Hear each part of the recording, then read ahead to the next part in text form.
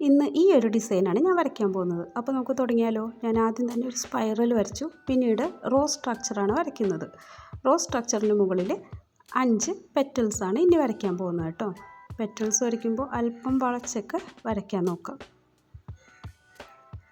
ഞാൻ 5ാമത് വരച്ച പെറ്റൽസ് അല്പം കൂടുതൽ വളഞ്ഞു പോയതുകൊണ്ട് ഞാനത് മായ്ച്ച് കറക്റ്റ് ചെയ്തിട്ടുണ്ട്. ശേഷം ലൈൻസ് വരച്ച് ഷെയ്ഡ് ചെയ്ത് കൊടുത്തു. ഇനി ഞാൻ ലീവ്സാണ് വരയ്ക്കുന്നത്. 3 ലീവ്സ് വരച്ചു.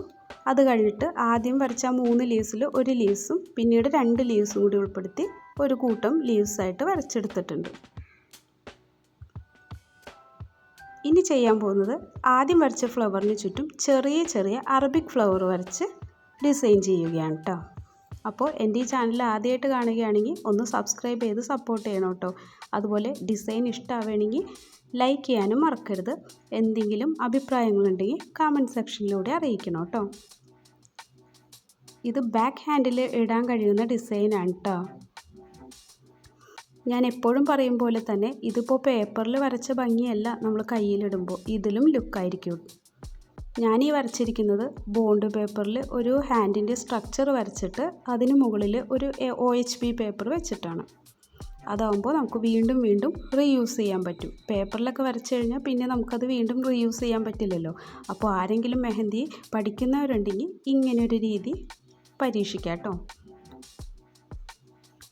ആ ഒരു ബഞ്ച് ഫ്ലവർ അവിടെ തീർന്നതിന് ശേഷം നമ്മൾ ഫിംഗറിലേക്ക് ഡിസൈൻ വരയ്ക്കുകയാണ്. ഫിംഗറിൽ ഒരു സ്പൈറൽ വരച്ച് അറബിക് ഫ്ലവറാണ് വരച്ചത്. പിന്നീട് ഓരോ പെറ്റൽസിൽ നിന്നും കർവഡ് ലൈൻ വരച്ച് ഡോട്ട് ഇട്ട് കൊടുത്തു. ഇനി ഞാൻ നെയിൽ വന്ന ഭാഗത്ത് അല്പം ബോൾഡാക്കി കൊടുക്കുകയാണ് കേട്ടോ. എല്ലാ ഫിംഗറിലും ഞാനത് അല്പം ബോൾഡാക്കി കൊടുക്കുന്നു. ഇപ്പോൾ ഈ ഒരു ഡിസൈൻ കണ്ടാൽ നിങ്ങൾക്ക് മനസ്സിലാവും വളരെ എളുപ്പത്തിൽ തന്നെ ചെയ്യാൻ കഴിയുന്നതാണ് അല്ലേ? ആർക്ക് വേണമെങ്കിലും വരയ്ക്കാം. ബിഗിനേഴ്സിനും എളുപ്പത്തിൽ വരയ്ക്കാൻ കഴിയുന്നതാണ്.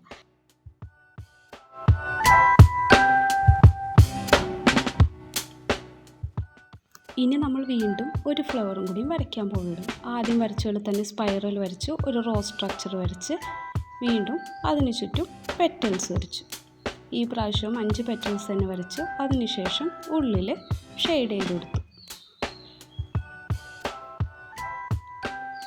അതിനുശേഷം ആദ്യം ചെയ്ത മാതിരി തന്നെ ലീവ് സ്ട്രക്ചർ വരച്ചതിന് ശേഷം ചുറ്റും അറബിക് ഫ്ലവറും കൂടി വരച്ചു കൊടുക്കാം.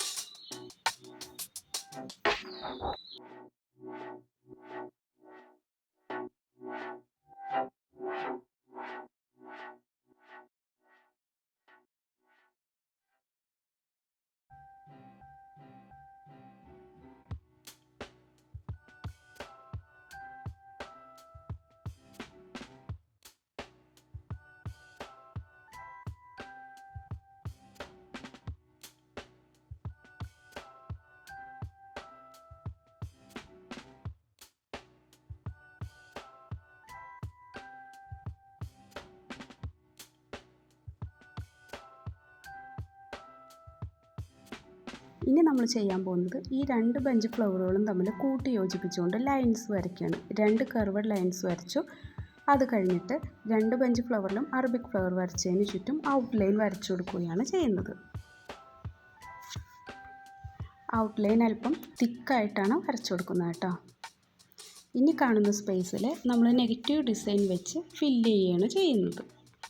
അതിനുവേണ്ടി ആദ്യം തന്നെ നമുക്ക് ഒരു സ്പൈറൽ വരച്ചു, ഒരു റോസ് സ്ട്രക്ചർ വരയ്ക്കുന്നു. മെഹന്തി കോൺ ഇടയ്ക്കിടയ്ക്ക് അതിൻ്റെ ടിപ്പ് തുടച്ചു കൊടുക്കണം കേട്ടോ. അല്ലെങ്കിൽ നമ്മൾ വരയ്ക്കുന്ന സമയത്ത് നല്ല കട്ടിക്ക് മെഹന്തി വന്നു കഴിഞ്ഞാൽ നമ്മൾ വരയ്ക്കുന്ന ഡിസൈൻ കാണാൻ ഭംഗിയുണ്ടാവില്ല.